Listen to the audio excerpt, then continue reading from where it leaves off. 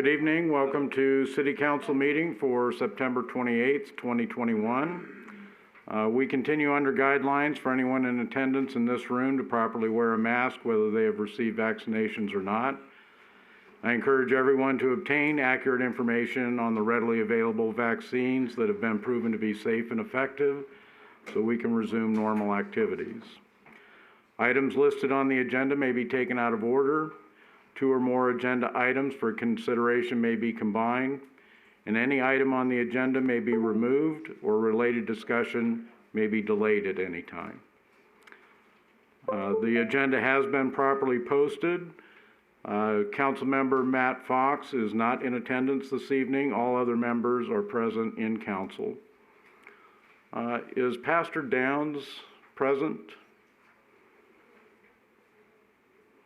All right, I will begin then with a short prayer before the meeting. If all would rise, please. Again, I appreciate everyone coming here this evening. We continue to be under the impact of the pandemic. While things are improving, we still see our residents and certainly residents of Clark County being hospitalized and passing away from this terrible disease. With that in mind, again, as I mentioned earlier, please get some accurate information. Please look out for your family, your friends, your co-workers. We also need to be generous towards others. This is a difficult time for many people. Amen. We'll have the Pledge of Allegiance. I pledge allegiance to the flag of the United States of America and to the republic for which it stands, one nation, under God, indivisible, with liberty and justice for all.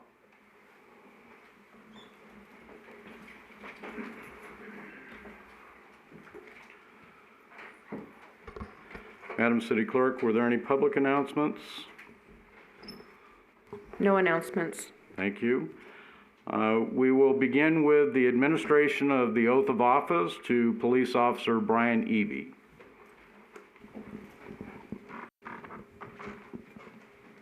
If you'd like, I'll have you stand here and face me, and then I'm going to turn this on. I will.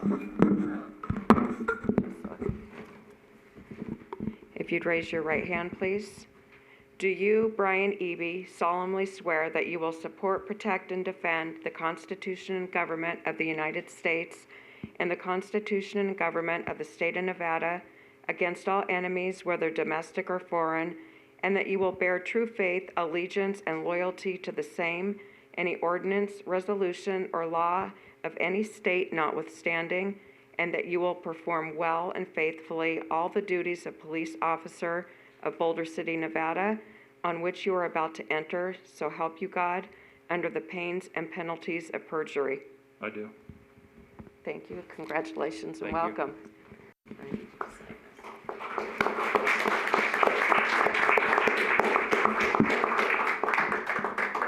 Officer Eby, again, we want to welcome you to the force here in Boulder City. I think you'll find that this is a town that certainly looks forward to working with its police department. Absolutely. Glad to be here. Thank you. Thank you. Commander? You're not getting off that easy. Come over here. Just take a minute to let you know that Officer Eby here is from Nevada Highway Patrol. He traded up and is now with us. We're looking forward to having him here and looking forward to a successful career with the city of Boulder City. Unlike Chief Shea, I don't have a lot to say, so I'm going to let you go ahead and tell the citizens of Boulder City who you are and where you came from. And I don't see your family here, right? You're just No. by yourself. Okay, just go ahead. Just share a little bit about yourself with them. All right. My name's Brian Eby. Like the commander said, came from Nevada Highway Patrol. Worked there for approximately 3 years. Prior to that, I came from the state of Kansas, where I lived for most of my life. I worked for the Kansas Highway Patrol and the Kansas Racing and Gaming Commission. So all total, I have approximately 6 years of law enforcement experience. Kind of been jumping around a little bit, but I do like the small town feel that Boulder City offers, and I'm excited to be here. Thank you, and again, welcome aboard. Thank you, sir.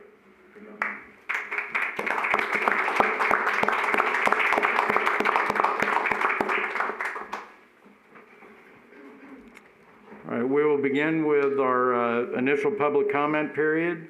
As stated in the posted agenda for this meeting, public comment may have been submitted by written comments via email prior to the meeting.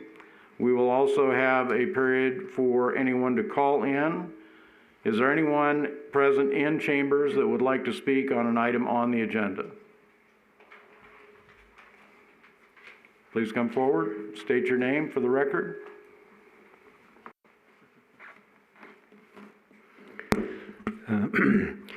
Mr. Mayor, City Council members, my name is Mark Wells. I'm here with my wife, Annelle. We are here because of item number 12 on the regular agenda, which is the consideration of bill number 1907, an ordinance to approve an agreement between the city and myself to purchase some land from the city. We appreciate the opportunity to be here and appreciate the opportunity to possibly purchase the property. We are in support of it, obviously. We are looking to retire here. We've got a large family. Fortunately, they're all grown and married and don't live with us, but they do visit, so we're looking forward to building a home on the property. We have 6 children, they're all married, and I think 18 grandchildren and 1 on the way. So we do need a big home when they're here. We really enjoy the city of Boulder City. It's got everything we look forward to, living here, the lake, the desert, the open field, the small town, the high values, a sense of community. We really appreciate that, and we've looked all over many different areas for the place to retire. We did have second thoughts about 2 months ago when it was 117. That's Death Valley temperature, so hopefully that doesn't happen too often. But we are grateful and appreciate the opportunity to purchase the property, and of course, we'd like you to approve that tonight. So thank you very much. Thank you, sir. Anyone else in chambers wishing to speak on an item on the agenda? Please state your name. My name is Bill DiTrapani. I live at 1314 Glory Lane. The item I wanted to speak to or about is the item that was brought up to the Planning Commission last week or so, but it's not on the agenda. It's about the cell tower that's being put in at the hospital. Mr. DiTrapani, you're welcome to speak in the last public comment period at the end of the meeting. However, the initial public comment period is for those items only that are listed on the agenda. Okay. One other thing.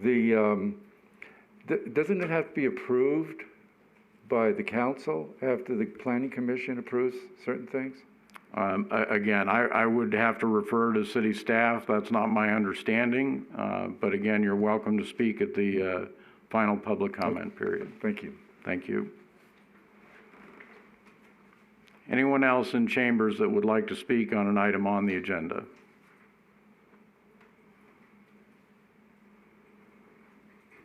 All right, if there's anyone wishing to call in, the phone number is 702-589-9629. Again, this is the initial public comment period.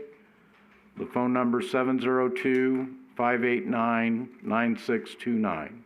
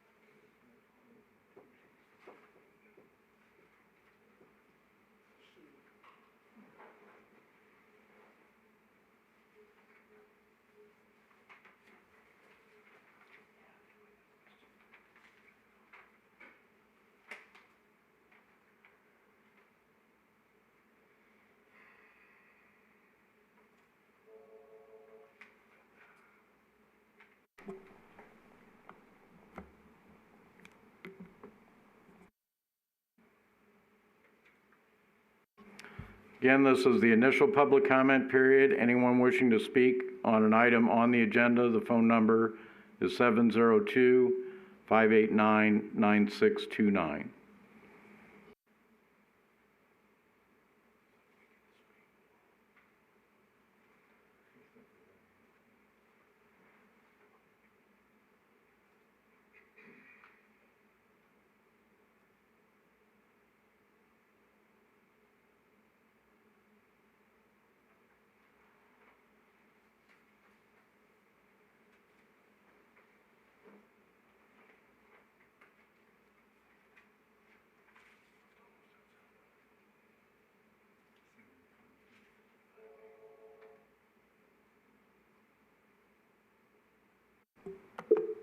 Public comment?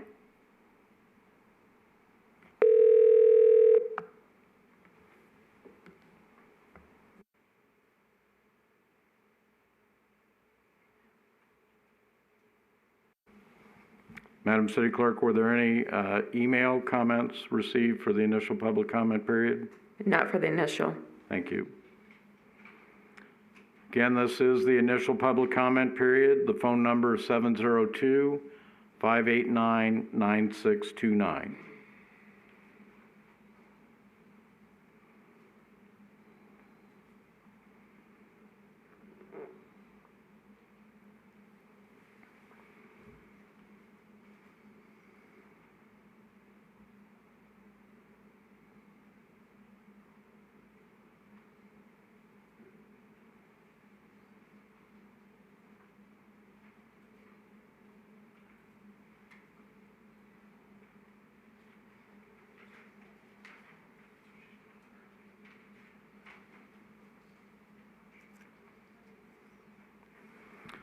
All right, hearing no one else, we will close the initial public comment period and move to approval of the regular agenda. Any changes, Madam City Clerk? No changes. Mr. City Attorney? No changes. And Mr. City Manager? No changes. Thank you. Council, any changes for the regular agenda? No changes. Thank you. Do we have a motion for approval then of the regular agenda? Move to approve the regular agenda. I'll second. All those in favor? Aye. Anyone opposed? Thank you. Approval of the consent agenda. Again, Madam City Clerk, any changes? Changes. Mr. City Attorney? Changes. And Mr. City Manager? No changes. All right. Council, any changes for the consent agenda? No. No changes. No changes. Anyone wishing to make a motion? I move to approve the consent agenda. Second. All those in favor? Aye. Anyone opposed? Thank you. And I should point out, Mr. Michael O. is substituting as our city attorney again for this meeting. We appreciate his efforts at this time. We will move to item number 11, presentation by Communications Manager Lisa Laplante regarding the August 2021 strategic plan implementation. Mr. City Manager? Yes, our Communications Manager, Lisa Laplante, will handle this presentation. Good evening, Mayor and Council.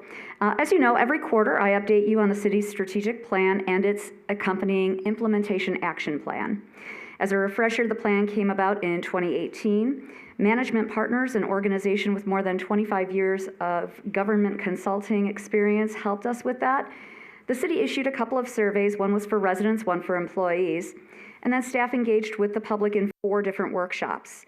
2 council workshops were held to develop the strategic plan, and then a staff workshop set forth the strategies to meet these goals.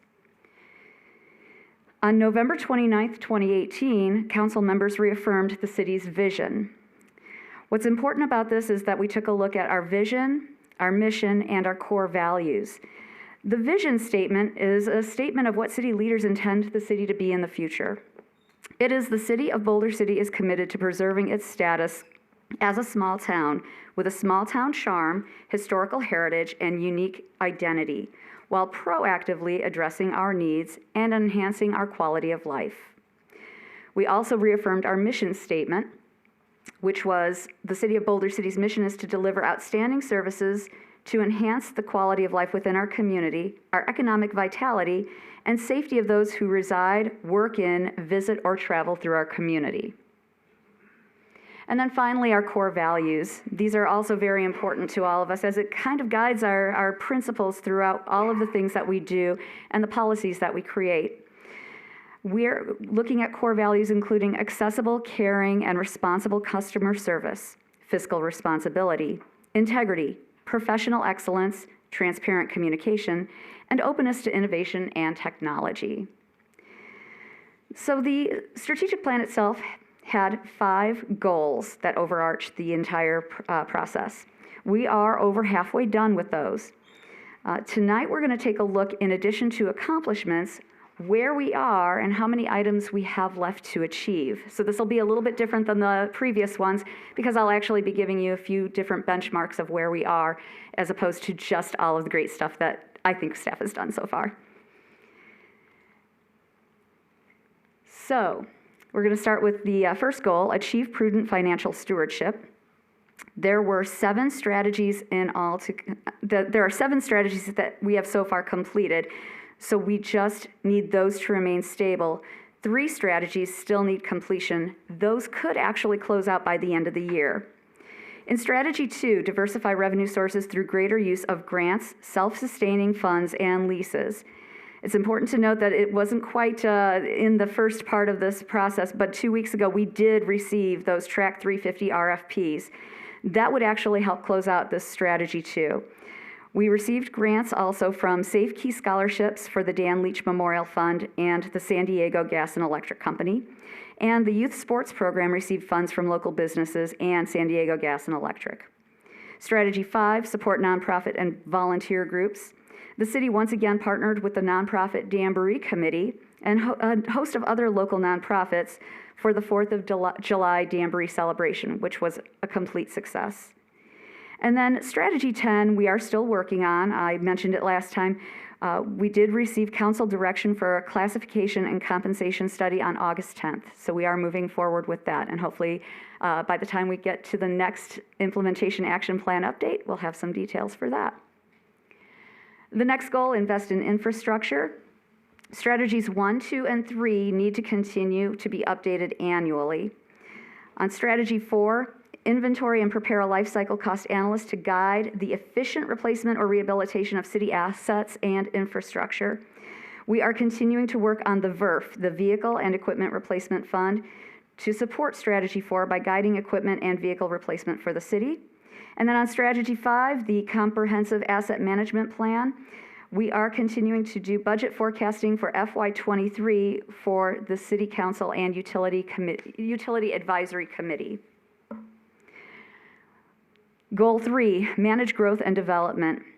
3 of 11 strategies are still in progress. Strategy 1, identify opportunities for new and small business development that will provide a diverse revenue stream with minimal impact on the quality of life. Economic Development Director Rafi Festekjian has been working with our regional economic development partners to respond to the federal Build Back Better Regional Challenge. That will provide resources for infrastructure development, workforce training, and support for entrepreneurship. Hopefully that will help us move out of this pandemic quicker than what other communities might do. Strategy 8, promote multimodal development and connectivity. Public Works did secure maintenance funding for multimodal uses, including bike path rehabilitations, and develop a plan to incorporate wayfinding and directional signage in business corridors. We did work with Stantec, a local consultant, to develop a tree and plant list for proposed Title 11 changes. We are seeking public comment for those in September and October. Promote historic preservation. There are 4 strategies left here to complete out of the 8.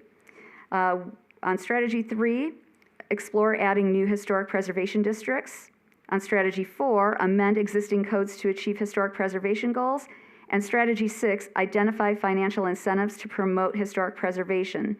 These tasks are in progress with the Historic Preservation Ad Hoc Committee, which could make recommendations later this year. And then on strategy 8, identify historic buildings to repurpose and reuse. The Commission for Cultural Centers and Historic Preservation application will be provided to the State Historic Preservation Office, known as SHPO, this fall with an application deadline of early 2022. Staff's working on hiring a consultant for the historic structure report and treatment plan. The plan is to be completed prior to the grant application process for the historic water filtration plant project. And then finally, sustain a higher level of public safety services. This is our fifth, but probably our most important goal in the last couple of years, especially because of the pandemic. Believe it or not, 4 of the strategies, 7 strategies on there are green, even with everything that they've been doing with the response to the pandemic in public safety services. They've been able to continue to knock out these goals, which is phenomenal.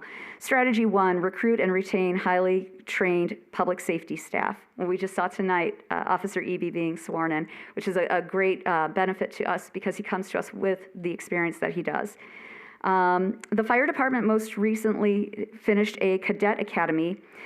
It was given a post-graduation survey, and the department scored 100% on a satisfaction rating for the members of that academy. And then our police department has been completing several recruiting videos. Those have been posted on social media. There are, I believe, 8 in all. 7 have been released with well over 3,000 views on social media, and then we also broadcast them on BCTV. I'm told, and I'm not sure if this is completely accurate, but it's been so successful for us that a large metro police department nearby is actually doing it now too. So great job to all of the folks at the PD who helped us with that. And then on strategy 5, identify and embrace the latest technology to improve effectiveness and efficiency of public services. The fire department, we'll be talking about this later tonight, they're in the process of updating their self-contained breathing apparatus, which is used for firefighting in other unsafe areas. The new equipment is state-of-the-art, and it will help provide a safer work environment for our firefighters, which is always very important. And then for the police department, they started the process of updating outdated and obsolete critical microwave communications systems. These are essential for public safety radio systems. Also from the police department, a recent review by the U.S. Department of Justice found that the in-vehicle mobile computer system, which is the receiving end of the CAD system used for managing calls, is also outdated. So Chief Shea and his leadership staff have started the process to update obsolete equipment. And that's going to be very important for our officers who are out there on the roads when they're responding to calls, especially because you just never know when somebody might be making their way through Boulder City, and we need to make sure that we put out an all points bulletin so that everybody is aware of what's coming our way. And on that, I do encourage everyone to check out the strategic plan. It is at www.bcnv.org/strat-plan. We do keep all of the updates on there from each of these presentations, so you can take a look at where we are and where we started and where we are now. It's nice to see that the colors on that are starting to turn green more and more. And it speaks really to the dedication of our staff to have been able to do all of this during a pandemic. We are continuing to move forward. We're doing the best we can to make sure that we are meeting these strategies. And I will leave with one more note, as I've said before, this is a living, breathing document. We have come to you before and said if you have any changes or want to talk about issues that you think that we missed in the previous strategic plan, that is something that you can give council can give directive on. We want to make sure that we're meeting all of the goals that you want us to achieve. The plan goes through 2025, at which time there's the possibility that we would take up another plan. But as we move forward, we want to make sure we're achieving all of the goals that are best for the community. And with that, I'll open it up to questions. Thank you. Questions or comments? Councilmember Adams? Thank you. I don't have any questions this time around. I am just happy to see how well along things are coming. I appreciate, again, another wonderful presentation. And of course, big shout out, big thanks to everyone on staff who's doing everything to help keep pushing us forward. I think it's excellent to have this plan and to be able to see exactly what it is we're accomplishing so that we can measure where we are at versus where we were before we started. Thank you. Councilmember Bridges? Thank you. Yeah, I wanted to comment also on how, first of all, what a wonderful presentation and how well you present it. I mean, we don't just do stuff. It's wonderful to see everything laid out like this, and the oranges turn to yellow and the yellows turn to green. And it's also a compliment to the original strategic plan, that it was something that really does address, addresses our mission, addresses our vision, that everything we do. I'm looking forward to someday seeing our mission and vision on the walls in this room, because I think it's important that everything we do goes back to that vision and goes back to the mission. And so far, with what we've been doing on this strategic plan, I really see that happening. So thank you. Thank you. And I should mention, because we are still in process of doing things in here, we haven't put anything in here. However, if you walk outside, we do have the mission statement on the wall right outside the door. Once we get everything in here done, and there's a couple of things that we're doing for ADA compliance. Once we get those items ticked off, which will probably be sometime in December or January, we'll be able to start doing more with the walls in here. It's on our list. Thank you. We just don't want to get carried away with that. Right. Thank you. Councilmember Jorgensen? Yes, being the new kid on the block, I just want to say thank you for the clarity that this provides, not just for myself. I get asked a lot of questions by people and on finance issues, on all sorts of things, and it gives them an opportunity to see exactly what we see. And it's understandable, which is so nice, because even though this was like one of my first times looking at it, I understood the processes that you were going through. And I'm appreciative to be on this side and to see the hard work that our staff has gone through over this period of time to accomplish these goals, and it's really impressive to me. And I should point out that this is really teamwork at its finest. I just kind of come up here and share the news.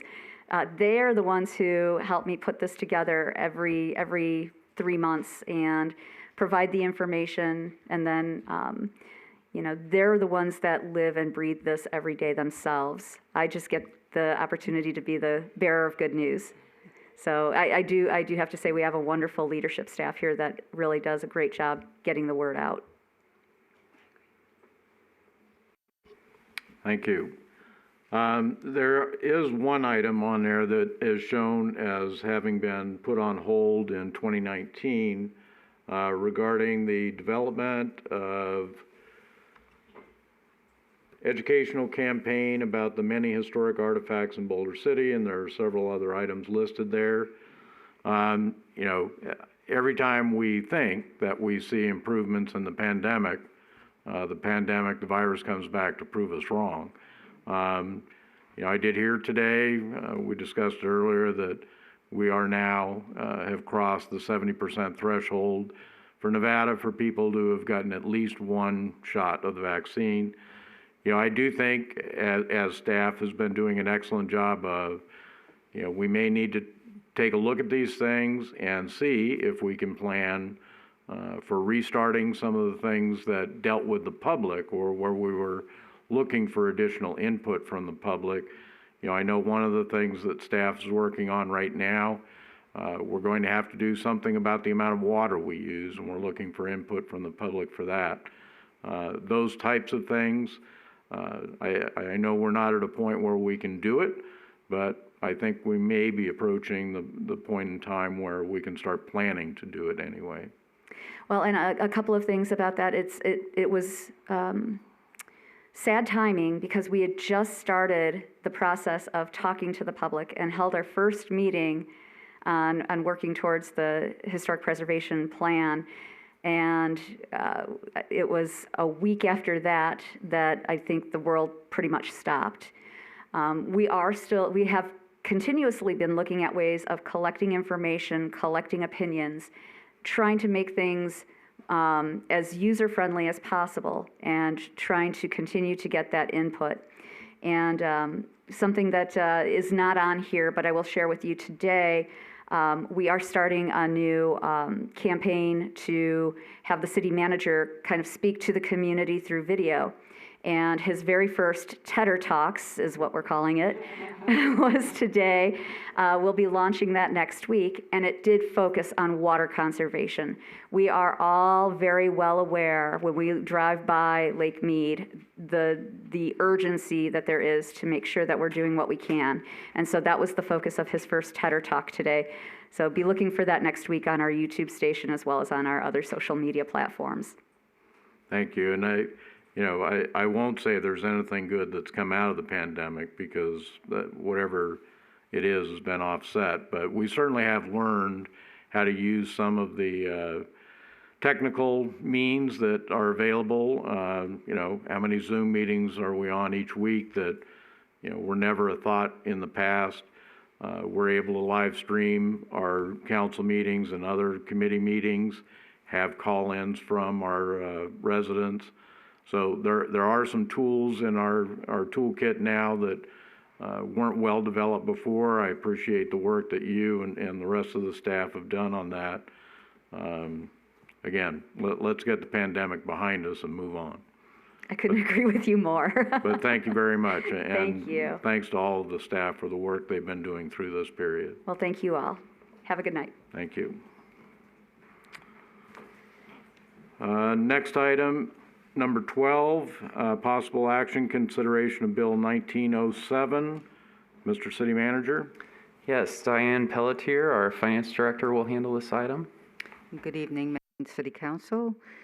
Agenda item number 12 is for consideration of Bill number 1907, an ordinance of the City of Boulder City approving agreement number 21-1943, a land sales agreement between the City of Boulder City and Mark Wells, who spoke a little earlier, for approximately 3,661 square feet of land, also known as Tract 355, immediately adjacent to 383 Claremont Street.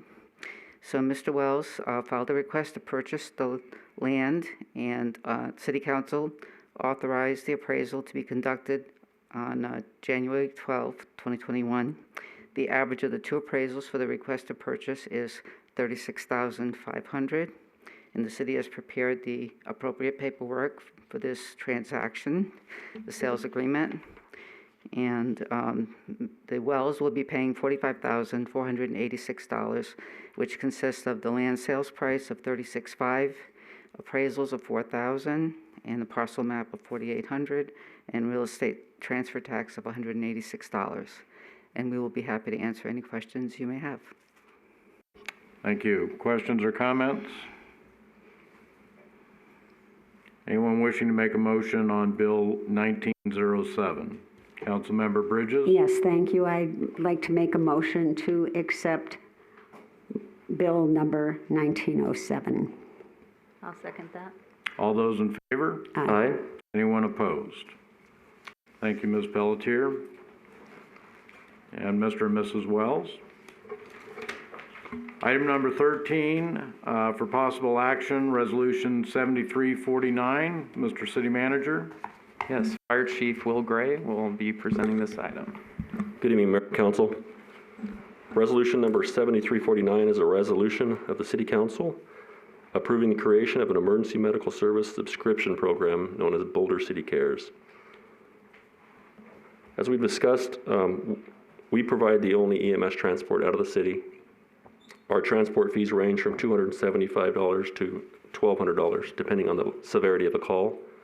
So this program is designed to offer people that work here, visit here, or live here an opportunity to reduce their portion of the ambulance fee. So the way it works is individuals can choose to pay $75 for an individual, $125 for a family of 5, and an additional $10 for each additional member. and these are all for people that live in the same household. And then if they get transported by us for a medically necessary call, up to twice a year, their portion of the fee would be waived. So the way that would work is we would transport them, we'd bill their insurance like we normally would. When the insurance picks the portion that they're supposed to pay, it would actually come to the city who has those subscriptions, and that portion would be waived for the individual. The subscription fee pool is what pays for that. So I would be happy to answer any questions on this. Thank you. Questions or comments? Councilmember Adams? Thank you very much. Thank you, Chief, for bringing this forward. I think this is a very good program to start here. I think it's the right direction for us. There were a couple things. I do see that one of them was here, this item 4, and it looks that it's been changed here where in the opinion of the city, the operation of this program is no longer. So that's already, it looks like that's already been updated. The only other item that I was somewhat concerned with is, and I'm not sure if this would be in Section 11 or it also refers to Section 9 in that, but is that this is for, if Boulder City provides the transportation. Obviously, we do have a limited fleet here, and every now and again, outside transport is needed. What happens to those individuals who have paid into this program, but then are having to get picked up, say, by somebody else, no fault of their own, but all of our ambulances are out? Yes, so currently, this is modeled after Henderson Fire's program. And currently, we reached out to Henderson Fire and asked that same question. And they've had it happen twice, and it's not really addressed in here. One of the things that they suggested they could do is reimburse that $75. It's a discussion we had with the acting city attorney. There are some concerns with that, and he might be able to explain those concerns a little better. If there's a concern about having the individual who participates in this program not being able to utilize the Boulder City Fire Department for whatever reason, they don't have the capacity, my recommendation would be that we would outline that, put a disclaimer or put a reservation of right, just advising the individuals or the participants that there's a potential for Boulder City to be using a third-party ambulance service. And ultimately, pursuant to this agreement, it lays out there that it requires the transportation services to be carried out by the Boulder City Fire Department. So in an abundance of caution, if you wanted to just let everyone know who's interested in participating or thinking about it, I would recommend putting some language in the agreement that would indicate that the city, Boulder City, reserves the right to use a third-party ambulance provider in the event that they don't have any available. And would there be concern then with reimbursing, saying that if this were to happen, that they would at least be reimbursed that, say, $75 that they put in, so they don't feel that the city has taken money from them for something, and then when they finally needed it in that rare circumstance, and it just so happened they had that bad luck, and then now they've given money for this program and then also don't receive the benefits of it? That certainly is a concern, and I think having that information up front so that they're aware of what they're buying into and the potential risk of not having that service available. And it sounds like it's a very rare circumstance. And I also believe that there's going to be a review of the program at some point before 30 months. And during that time, they can probably evaluate how many times that may have happened. Operationally, I think from a business perspective, that'll be the decision of the finance department or the fire department to determine how they're going to, if any refunds are going to be provided. But as the agreement stands, there is no provision in there to provide any type of a refund for, the subscription. But if that is the decision of the city, I think that that should be outlined as well somewhere in the agreement, just out of the sake of transparency. Is there any legal reason why we wouldn't want to at least not put that to allow for reimbursement? Well, everything in this agreement is binding and it's a contractual agreement. So whatever is not in there, I think, from a business perspective, if you have any provision in there for the reimbursements, I think you could run into some complications along the line that could potentially complicate the program. So if that is the decision, though, to put something in there regarding any type of refund or a reservation of right, I think that's something would need further discussion with the fire department and the finance department. Typically on average, we probably have about community ambulance come in and transport probably half a dozen times a year. And so, I mean, the chances of it occurring with somebody that signed up is probably very low, but it could happen. Like I said, in Henderson, I think it's happened twice since they've had their program up and running. And obviously they have a lot larger participation than we'll have in it. But, I mean, it does occur. So we could definitely add language to it if that's what the council wants. I mean, it's really, that's your direction. I think for me personally, I would just hate to see somebody, we want this program to be successful. I'd hate to see somebody who wants to participate it and then just be on that, that very bad day in which they need the ambulance, and then also to find out that $75 they've given isn't really going to that use. So, that's my concern. I think this is a really good program. It's not that I don't want to see this move forward, but that is my concern. So I would be curious what the rest of council, what their thoughts are on it. Councilmember Bridges? Yeah, that is an interesting point. So it's happened 6 times in average on a year. Just an estimate. I mean, Okay. since I've been here, it seems like community ambulance gets called in about a half a dozen times a year for calls. I mean, we could actually pull that data if you want me to bring that back. We can pull that. I don't have it right here. And assuming we had great participation in this, that would be approximately $420 a year that it would cost us if we did reimburse that. Unfortunate, I mean, they're double unfortunate. They're waiting for an ambulance to come, and then the one that shows up is not a Boulder City Fire Department. That there could be a reimbursement of that fee, because we're talking, outside $450, say, for the entire year.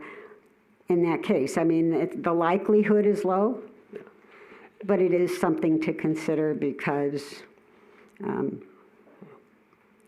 like I said, you've got the first unfortunate, and then you're putting an unfortunate on top of that. Yeah, and to be clear, the financial piece of it's not concerning at all. It was just the legal part of it. There was a little concern about adding the language, so it was from the legal.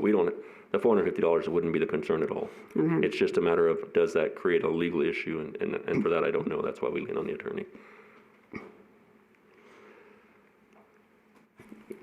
Is having wording in there something like that a illegal issue? No, there's nothing illegal about that. I think it's just putting that language in there, and I would probably recommend some type of language indicating that in the event, the city takes advantage of that reservation of right where they don't have the capacity to take someone with the Boulder City ambulance, that the subscription or the subscriber may request a refund, and to the extent any refund will be given, it would be limited to the annual membership fee.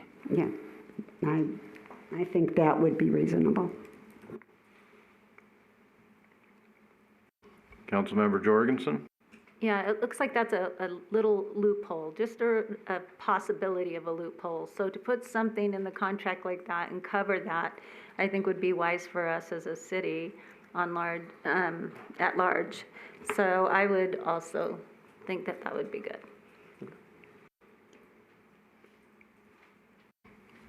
Councilmember Adams? No, I agree. I think it's smart. I don't necessarily think it means that they would have to be unenrolled for the program. The way I see it, it would just be that they're guaranteed that amount of money. That's basically what their coverage provided for. That's how I see it. Mm-hmm. If we were tonight to make a motion and to include that language, could that language then be drafted and have this approved tonight, or do you think it would be in our best interest to have it come back before us, Mr. O? I think we can go ahead and incorporate that language into the agreement. So if you do approve this item, we would just include that in the motion as far as the changes to the agreement, that there would be some provision, that there would be a reservation of right notice in there in the event that Boulder City Fire Department is unavailable, and that the participant would request a refund on that individual membership fee and provide some clarity. Thank you. I also had concern about the program as it continues forward.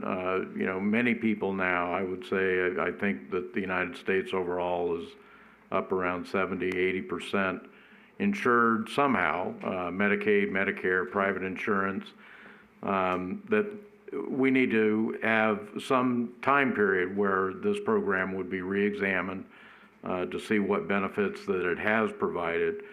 And there is available to each council member as well as the public some suggested wording for an amended language, that it be further resolved the City Council of Boulder City shall review the efficacy and benefits of the program 30 months from this date to determine if continuation of the program provides benefits warranting the continuation, or I believe that's supposed to be mediation. It says medication. We're not medicating the program.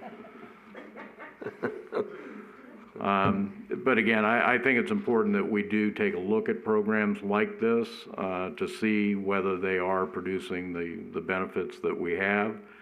I'd be happy to make a motion for approval of Resolution 7349 with that amendment, as well as amending the language to provide a reservation of rights for refund of the annual premium in the event that city ambulance services are not available.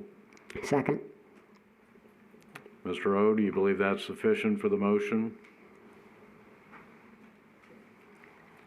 Yes, that sounds like it covers everything that we need to change in the resolution and the agreements. Thank you. We have a motion and a second. All those in favor? Aye. Anyone opposed? Chief Gray, thank you for presenting this. Hopefully this will be of benefit to our residents. Hopefully, yes. All right, we'll move to item number 14, matters pertaining to the acceptance of fiscal year 2020 assistance to firefighters. I'm assuming Chief Gray is going to continue since he's not left the podium. Yes, sir. All right. Please go ahead. All right. Item number 14 is matters pertaining to acceptance of fiscal year 2020 assistance to firefighter grant. It involves two resolutions. Resolution 7350 is a resolution accepting the grant. The grant is from FEMA in the amount of $147,952.38, and it's for the fire department to purchase self-contained breathing apparatus, which is our air packs that we go in and out of fires with. The second part is Resolution 7351, which is a resolution to amend the purchase agreement between the City of Boulder City and Ellen Curtis and Sons to basically meet the assistance to firefighter grant. And so the new total would be $176,735.14. So just background on it, we actually brought to council last year that we needed these air packs. They were old and expiring. Council allowed us to put them in the capital improvement program. We had funding for it. We started doing this spring. We had our members do research on Scott and MSA. That's the two main air packs. Everybody in the department was involved. They actually went out, tested them. We had them for 3 weeks each, I think. They went through all of the motions and trained on them. And then we had a score sheet that they went through and scored both of them. And then we got updated bids for how much they would cost. That was included in the quote. The one that came in the lowest priced was the one that was also the one that was favored the most, which is not always the case. So that was MSA. We had put in for the Assistance of Firefighter grant, I believe, in the fall of last year. And so that's typically awarded in May, and then every week after that they award some. And so we watched the awards, and we weren't getting them. And so at that point, we reached out for an updated bid from Ellen Curtis at the end of June, and they gave us the bid, and they said that July 1st, the prices were going to go up about 10%, which is about $17,000. So we made the decision that we didn't think we were going to get the award, so we went ahead and ordered the air packs before the price went up. They honored the price into July. And then we told them when we bought them that we still were waiting to hear from the AFG, and if we got them, we still wanted to use it. And they said it was going to take 4 months to build them, so that wasn't going to be an issue. So fortunately, at the end of August, we received the award. The way the AFG works, though, is you get awarded a certain thing. So we requested 22 air packs, 44 bottles, 50 masks, and a fit test machine. And they gave us 22 air packs, 44 bottles, 36 masks, and no fit test machine. And the way they do it is every item in your bid is scored on a national scale. And so our air packs were at the top, but our face pieces weren't quite as high, and then a fit test also didn't beat out other projects. And so that's where the additional money is between what we ordered and what we need, that $28,000 difference. So I'd be happy to answer any questions you have. Thank you. Questions or comments?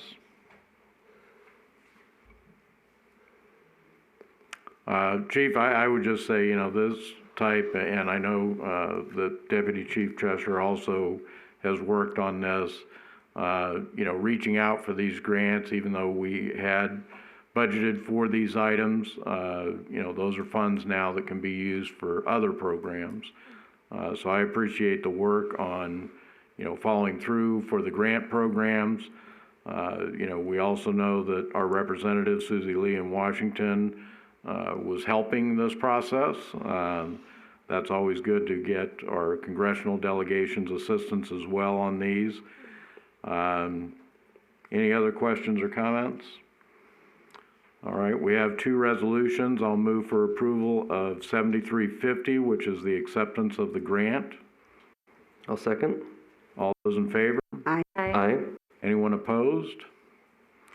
And the second resolution, 7351, I'll also move for approval on that for the Second. purchase of these items. Second. All those in favor? Aye. Aye.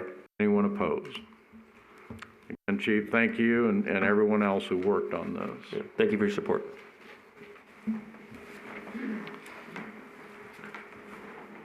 Now move to item number 15 for possible discussion. Annual review of lease agreement for the RC quarter scale track. Mr. City Manager. Our Parks and Recreation Director, Roger Hall, will be handling this item this evening. Thank you. Good evening, Mayor and City Council. Item number 15 on the agenda tonight is a discussion and annual review of the lease agreement between the City of Boulder City and the RC Quarter Scale Association of America. As per City Council direction, the following information was needed to verify compliance with the terms of the agreement with the city.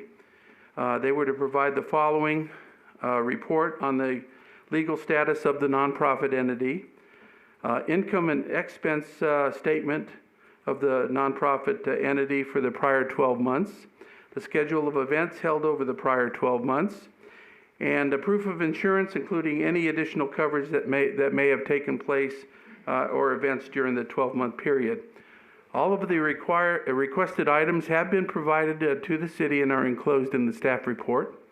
Also, Bob and Karen Leidecker are in attendance at the council meeting tonight to answer any questions that you may have. Do you have any questions? Thank you. Questions or comments? Councilmember Bridges? Yeah, I'm just curious. We have a race schedule through 7/6/20.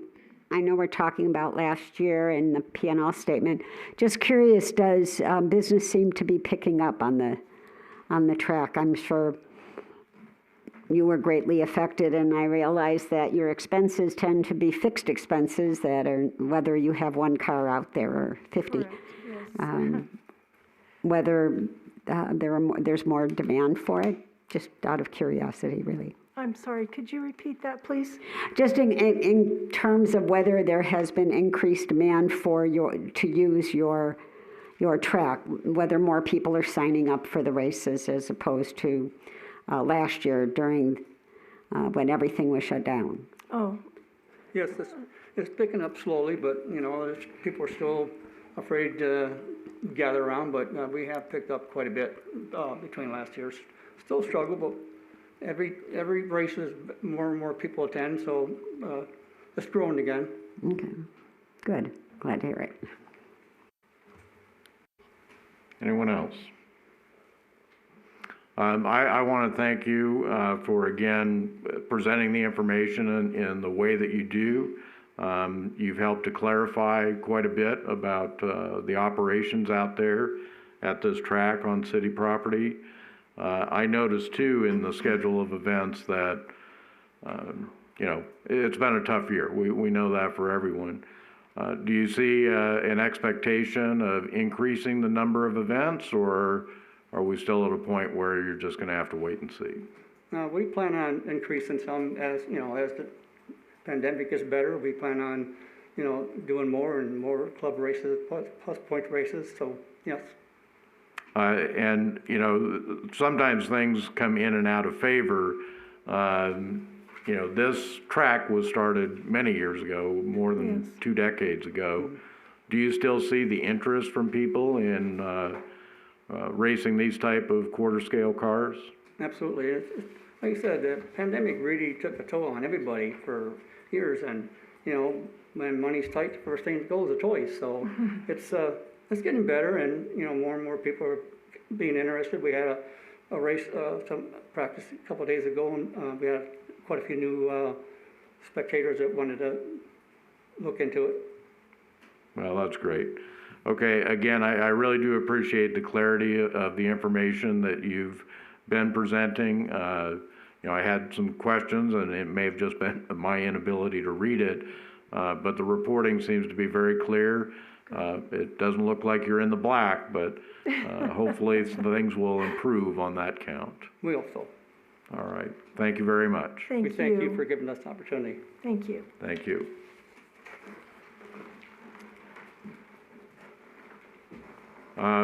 Mr. Hall, do we need a motion then for the annual approval of this lease agreement?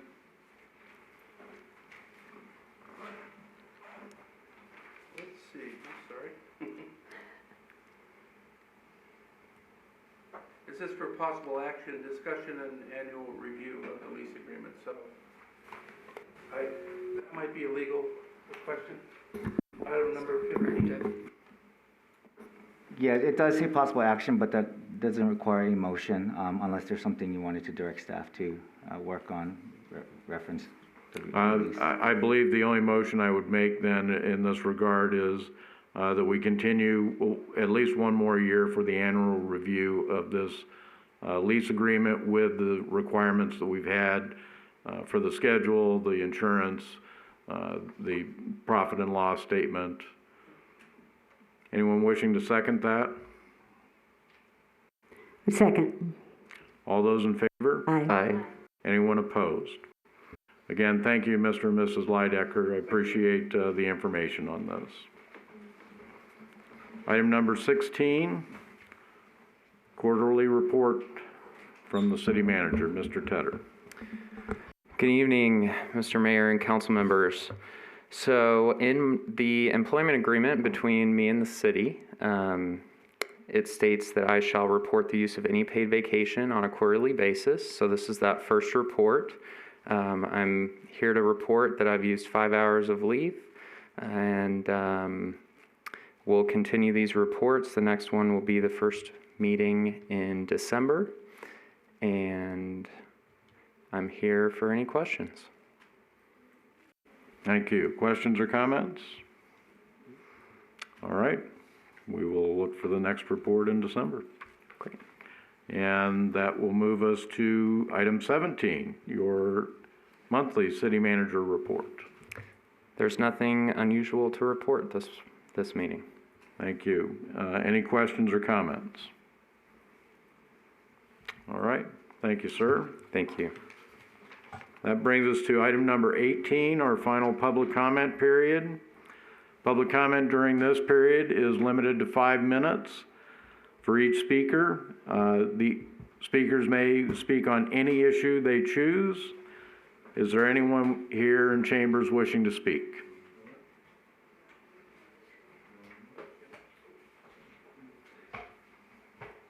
Please come forward and state your name.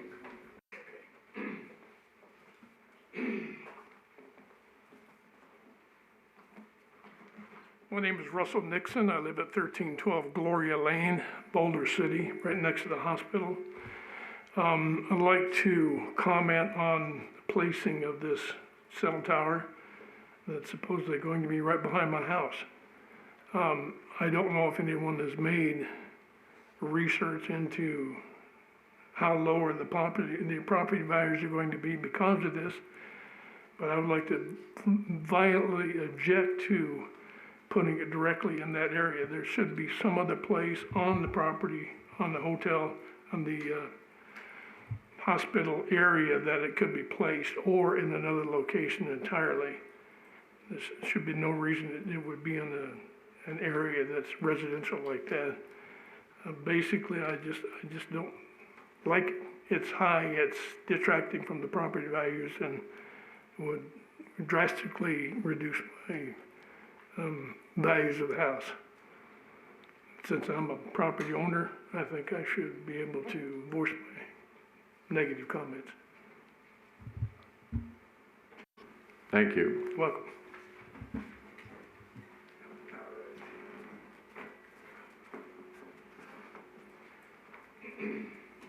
Again, Bill DiTrapani, 1314 Gloria, next to Russ Nixon. The same concern, we took it before the Planning Commission. We were a day late in getting our appeal taken. Actually, we were told to come in Thursday, but apparently that got mixed up. I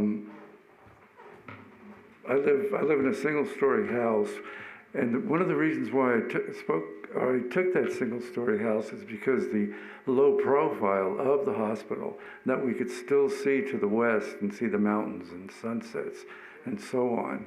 The tower is going to restrict that from us, and you know, I've been in this house almost 50 years.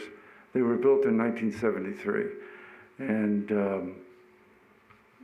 like Russ mentioned, the value of the house, I'm not looking for value, but I'm looking for the value that I'm concerned with for my own needs.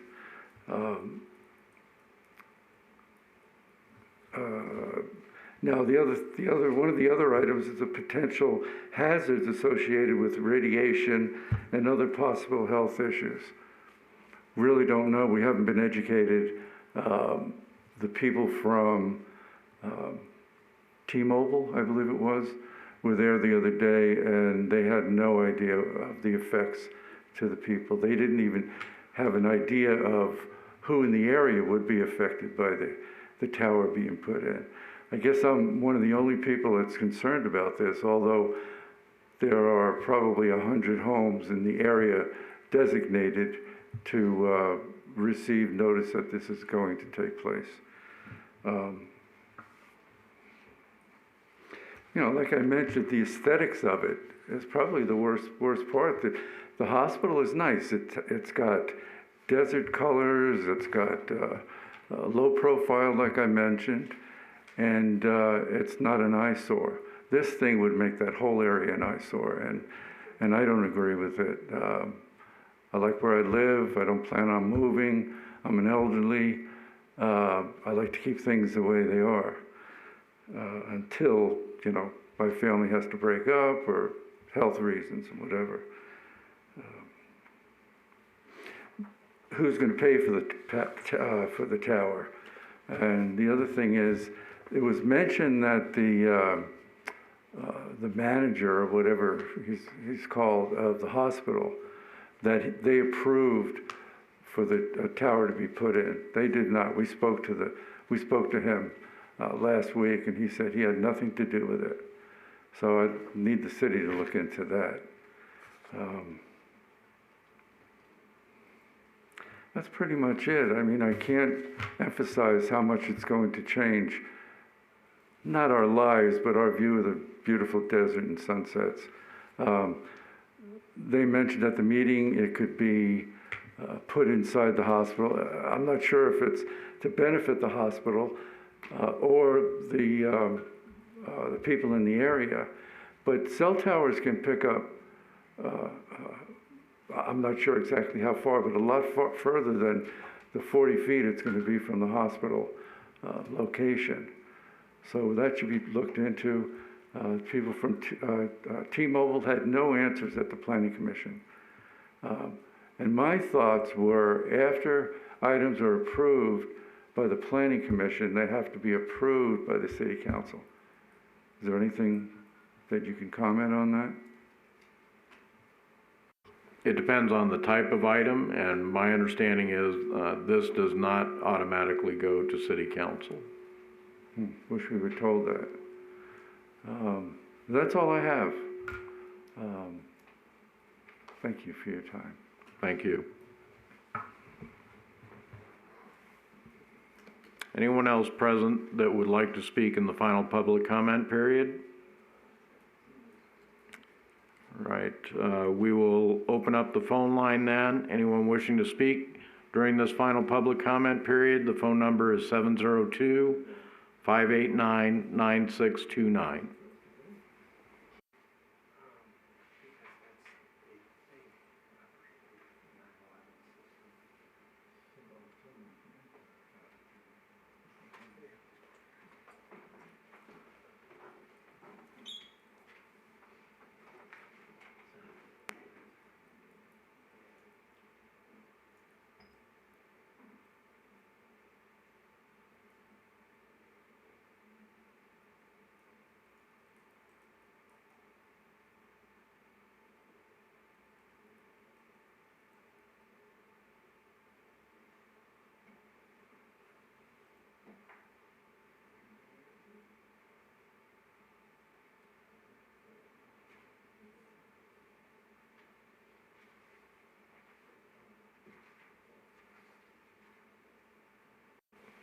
Again, this is the final public comment period for City Council meeting.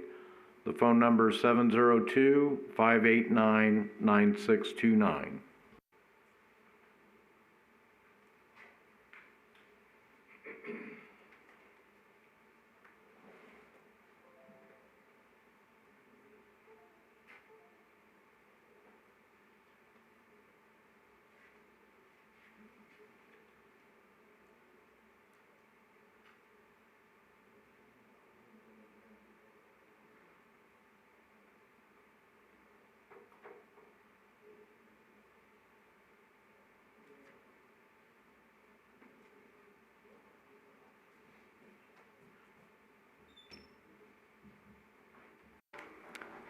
Madam City Clerk, written comments submitted prior to the meeting?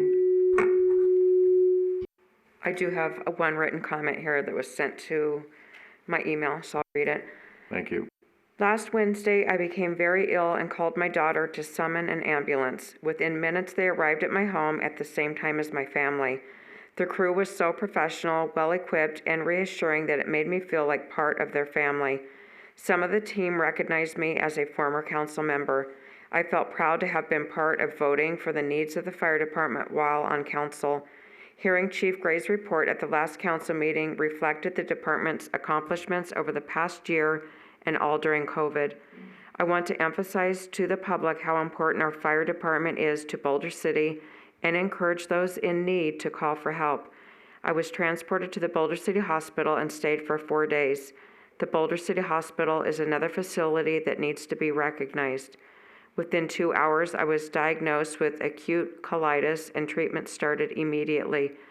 Ironically, I had the same problem 14 years ago and saw the same doctor. Only in Boulder City could this happen. Hospital stays are not the best entertainment, but are necessary when needed.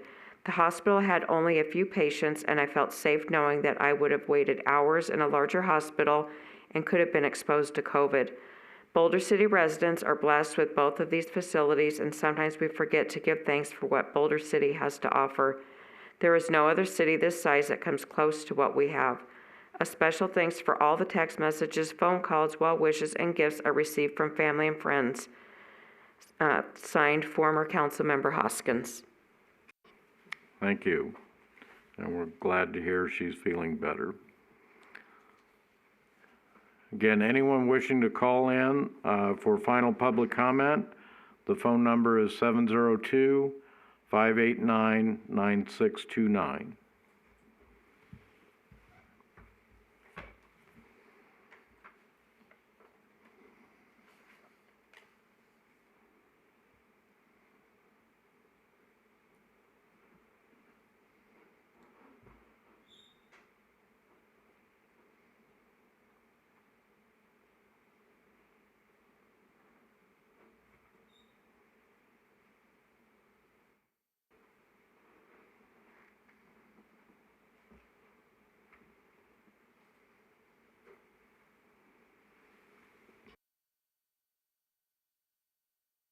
Hearing no others for final public comment, we will close the public comment period and move to our last item, council reports. Councilmember Adams. Thank you, Mayor. As was mentioned a little bit earlier tonight, we did surpass that 70% mark for first vaccination at our Board of Health meeting that we just had last week. That was something that we were anticipating to happen very soon. It hadn't quite happened at that meeting yet, but they were waiting anxiously for it. They really have been putting in so much work to really try and help protect and provide care for everyone out here in Southern Nevada. I also took the opportunity myself, with all of the talk of, making sure you're vaccinated against this disease. There are a number of other diseases out there that you can also receive immunization for. So I went ahead and took the opportunity and got made sure I was up to date on all of my other immunizations. So I strongly recommend that too. It can be easy sometimes to forget that there are a number of diseases that are not the problems that they used to be because of the technology of vaccines. So I encourage people to speak with their doctors and make sure that they are well protected against the many diseases that are out there. I've also now attended my second meeting with the Southern Nevada Water Authority. As is very apparent, obviously water is an issue and will probably likely be an issue for quite some time. I'd like to say in the near future, but it is likely for the future indefinitely, at least as we see.